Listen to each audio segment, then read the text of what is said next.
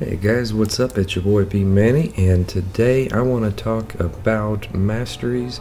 I did a build video, a couple of them recently, one talking about prestige and removing your masteries, and I also did another one that had my masteries outlined, but that was before the 12.0 update.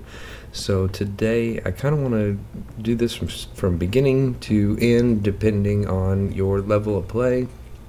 Been getting a lot of questions about different types of masteries and what you should invest in. So this is how I want to start this. I'm going to start with, hey, if you're a basic player, beginner, maybe you don't have your full 59 points, all the way to having all of them and maybe some of the higher end unlocked. So to start out, everybody should have this particular mastery set up. We're going to do the basic tree. You're going to have greater strength. The first two here in strength, one in there. You're definitely going to go one for pierce, and then you want to do one in lesser precision, one in lesser cruelty, and then you want to max these next two out. So you need to do pretty much whatever it takes to get these unlocked if you don't already have unlocked and maxed. They're going to add the most crit rate and the most critical hit damage. Alright, so we'll max it, max cruelty, and they've buffed these, I guess they consider it like 12.0.1, and they've buffed them up to where they're more effective, so everybody should notice their champs are hitting pretty good. So if you only had, the points to put in here, that's what you want to start with. You want to have 15 points. Let's go on over to defense. I'm going to go ahead and put one in vitality, one in greater vitality. Now if you're a super beginner player, having a couple in greater vitality might not hurt, but you're going to want to try to get to salve. With the new update, some of the regen champs that were really consistent, like Scarlet Witch before, Doctor Strange, are not so much. So I've been finding this mastery pretty useful because you're regenning approximately 600-ish per fight over the course of a minute. So that goes a long way in Alliance Quest and Alliance War. So you're going to want to max these out, and also go here to block proficiency. They've increased the effectiveness of it significantly, so you're going to want to probably go ahead and put 4 points in there. Now when it comes to things like energy resistance, physical resistance, I've never unlocked perfect block, 1%, and stand your ground. Really, once you get to a certain level in the game, you're not going to be getting hit by or caught off guard by those heavy attacks. So I've never valued those masteries too much. This is the setup I'll run all the time, and I think it's a really solid setup in defense anyways, in terms of just any level of player. This is about where you want to be. Alright, go over here to utility. Now what you're going to want to do, how many points you put in limber is all up to you, but imperative that you have at least 1 point in parry. I like 3 for the damage reduction and increased stun time. And you're going to want to have a minimum of 1 point in dexterity. These parry and dexterity are two of the most things you do in the game more than anything else. So you want to have points in them regardless, even if it's just 1. I like Stupefy. It increases your stun duration by a ½ second. Because if you'll notice, even with parry max, sometimes opponents are stunned shorter than others, and I think that has to do with something about, let's read this. Stun duration increases with perfect block chance. So I think that has to do with particular champs, that they have a higher perfect block chance, like Cap America, Star-Lord, more than likely. I mean, he's got high armor rating, so I don't know if they consider it perfect block chance, but they get longer stuns anyway. Now Petrify, not a necessity. I like it because it does decrease enemy health and power gains by 10% when they're stunned. When you couple that with things like Despair, it gets an additional decrease in their regeneration, so for opponents that have willpower, it can help out. but I like to have it maxed. That way I can get a few more hits in before they start getting their specials, and I can usually work around that. So that there is a very basic, let's see, I've got 38 points invested. So you got your offense, your defense, and utility. That's just your straight up normal build. Things like pacify, they can reduce their enemy ability triggers by 10% for the duration of a stun. I've ran it before. I do like it. However, with my current setup, it's not something I'm investing points in. So you figure, you know, if you max it out at 30%, people like Iron Man or Superior Iron Man or anybody with that regen, not Ultron so much, because once you've stunned him anyway, he's going to lose his regen ability, but this gives a 30% chance that they might not hit that overload.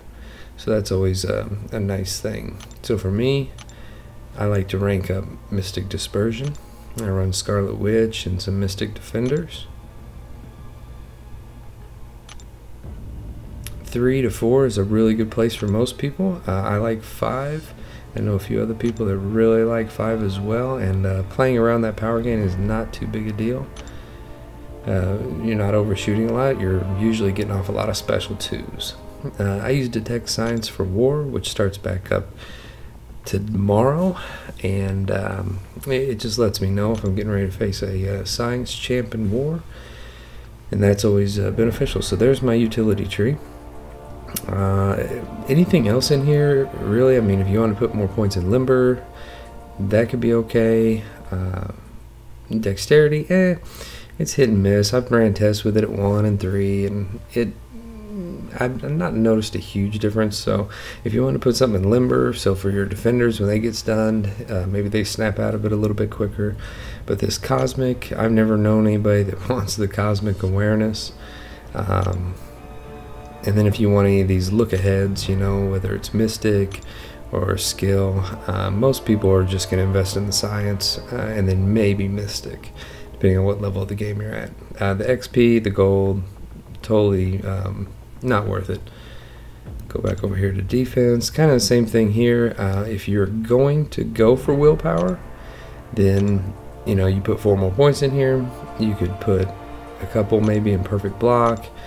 Whenever I go for willpower, I usually put an additional 3 points here in greater vitality to get my champs more health. And then you unlock willpower, and that of course gets to coagulate and things like inequity. Now inequity is good if you want to, if you're running it with somebody who creates a lot of debuffs on the opponent, because it'll lower their attack. Now coagulate, I don't really value unless you are running suicides and you want it to be a stable suicide, so you're not going to just bleed out all over the place. Now suture, you can reduce the duration, but man, max, it's going to be expensive. And if you're running willpower and coagulate for the bleed part of the double-edged suicide, then you're probably not going to need suture. And these get pretty expensive over here too. Things like resonate. I've heard decent things about resonate. No experience with it personally. So that's my utility tree, my defense tree, and for offense. Okay, now once you get to a certain level in the game, and here, if you haven't unlocked anything over to the right yet, I do recommend courage, especially in longer quests, or you know, for your alliance war defense. When your opponent, when you drop below 50% health, you're going to get that boost in attack. So that's a really nice thing to have. Once you get to a certain point, now here, mutagenesis, don't put anything in this. It's totally worthless. Pure skill, if you do run skill champs, then this can be a nice mastery for you, because you can gain up to, let's see, up to 64% in armor. Let's see, you're going to ignore an additional up to 64% with your critical hits with your skill champs. So people like Karnak, Elektra, Black Widow, Crossbones, actually not Crossbones because he does not critical hit, can all benefit greatly from this. But I found that those champs usually hit hard enough anyway that I've not invested too many points in it ever. So the next mastery I really like is Glass Cannon, because while you are giving up 7.2% of your health, I'm also gaining 7.2% attack for all my champs all the time. So that's like, I mean, having a nice little boost on, and you can kind of offset that too with greater vitality if you wanted to put a few additional points in it as well. It kind of offsets it, but really, you know, I'm only losing maybe 800 to 1,000 health for all my champs pretty much across the board, which salve and recovery sort of makes up for that anyway. So I'm not too concerned, but I do like the additional damage output. Now if you're going to run suicides, of course you got to go through recoil, and then you've got liquid courage, they're up to 30% additional attack, a little bit of armor, and double edge, 30% attack. But of course you lose over the bleed, but that's where willpower and coagulate and stuff come in to help counteract that. If you're going to run just one suicide, I kind of like just the poison one, the liquid courage, because I do have some poison immune champs, so it doesn't even affect them. But it doesn't cost you as much health, because with willpower you can really stabilize that for sure. Some people like double edge because it's a timed thing, you know, hey, after the first, you know, 16 seconds I'm not going to be losing any more health anyway, and I still get the 30% attack. So it's personal preference. I guess either one of them is hard because you can't go up against certain tech symbiotes in Alliance Quest because they have heal block. There's certain passive quests that have heal block, and it can just deplete you. The next thing, so like I said, here, if this is your build, you haven't got to any of the high-end masteries, you could always max things like Pierce, you can max out Courage, you could also put additional points into like Lesser Cruelty. Now, Lesser Precision, I'm not much of a fan of, although these base stat numbers might have it increased a little bit in terms of like the percentage over what your current champ is. So like for instance, Lesser Precision and critical rating of champs by 25, 50 up to 125. I think the critical chance of a lot of champs is around 600 or 700, so you are adding, yeah, no, 15 to maybe 15 to 20% additional crit chance. Like I said, the flat rating value system is still really new to most of us, so it's kind of hard to tell exactly how that is affecting things, but that might be an effective mastery. But also your crit damage rating, you know, up to 150 can be nice. I'll tell you what, let's go look at a champion real quick, because I am kind of curious how this plays out. So let's just go to someone, it doesn't matter, I'll just pick anybody. I'll just pick a 4-star. How about, let's go here to Scarlet Witch. Everybody likes Scarlet Witch, and she's gotten a little bit of her buff back. Let's go here to her info. So her critical rating is 703. I think it was like 300 and something before this last update. So critical rating of 703, crit damage rating of 858. So let's go back here to mastery. So if it was 703 and you can bump it up by 125, that's roughly 18% additional critical rating. So it's not bad. It used to be, I think, 2.5% is what it was max before. So this might actually be a decent mastery now. So you have to play around a little bit. We've got free mastery recovery and stuff for the next couple weeks, so it's definitely worth trying out if that's something you want to invest in. But the last part of my video here, I'm going to max, or I'm going to max my my high-end masteries here. Now, Despair, if you want to max it, I think you could. However, because it just affects healing and regeneration, you know, I've never really found a reason. I never get more than 7 debuffs on an opponent anyway, which is what you would need to fully zero out a regen or health, you know, gain from your opponent. But one is nice, especially coupled with the other mastery I was talking about in the utility tree, which was Petrify. You know, when I stun them, their percentage of what they're healing is dropping by 30%, plus, you know, the extra 5%, so they're dropping 35% whenever I inflict a stun. And most of the time fights, you know, they don't last a whole long time anyway, and now regeneration's been modified a little bit for War 2. So deep wounds, if you are running bleed champs at all and you can afford to invest in this, I recommend maxing it. It's totally worth it. Plus, once you get more health than your opponent, especially in arena or certain quests, you are going to take down an additional 1% health right out of the gate with every time you inflict bleed, and plus it lasts an additional 2.5 seconds. And bleed champs have gotten a super boost with this update and are taking way more health off the opponent with their bleeds. You know, guys like Winter Soldier, Hawkeye, guys that you're kind of like before, but now it's very significant, and they've done a really good job sort of leveling the bleed champ playing field, so to speak. Wolverine, X-23, awesome bleed champs, especially when they do a lot of it. DPX is X-Force, you know, Deadpool, he's good. Not great, especially at low sig levels. A lot of times when I fight with him in arena now, people's willpower like doubles what the bleed is, so every time I inflict bleed they're actually healing. So yeah, you got to be careful with certain champs, but most of them are going to inflict enough damage that it doesn't matter.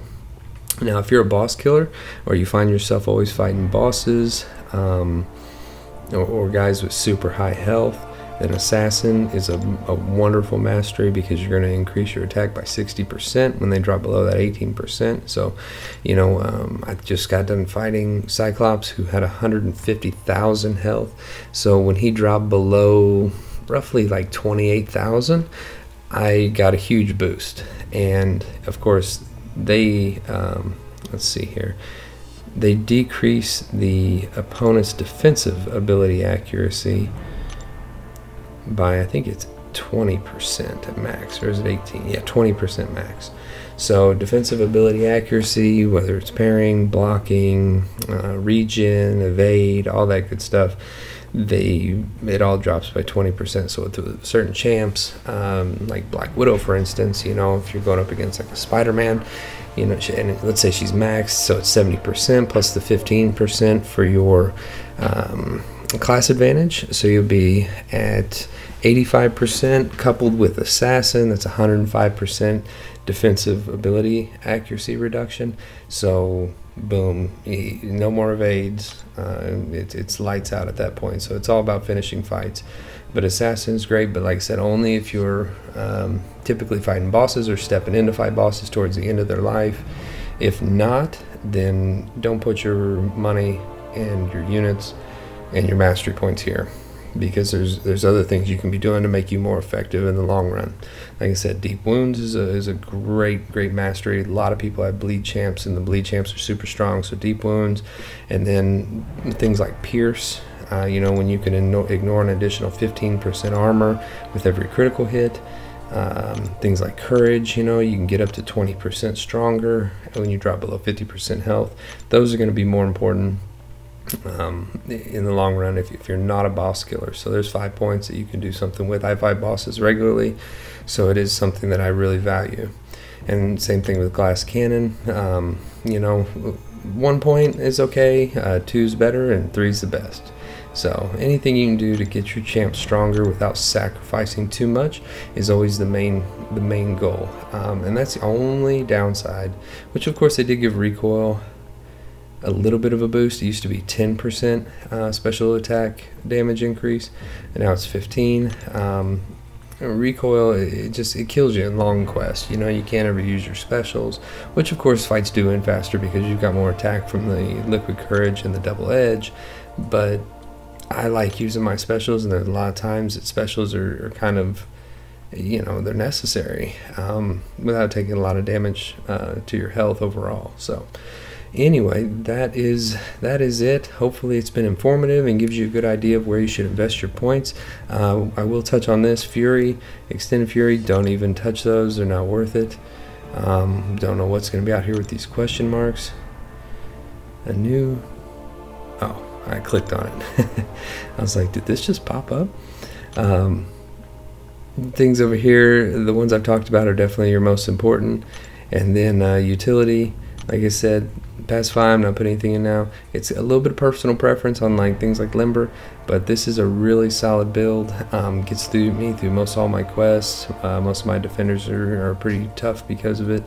I have to see how willpower is affected, which it may still be the same, so willpower might be something to look into if you're running, if you place your champions on boss nodes, and where, if you stun them, then they're going to regen for like 300 per tick. So if that's still the case, then willpower might be a beneficial mastery to you if you're, like I said, if you place your guys on the boss nodes with the 300 to 500 to 700% health increase. So hope you've enjoyed today's video, and it was maybe you learned something, or at least gives you a point of reference on your own build. And if you have any questions, definitely feel free to leave me a comment below, shoot me an email. Feel free to click like, subscribe, and we'll see you on the battlefield.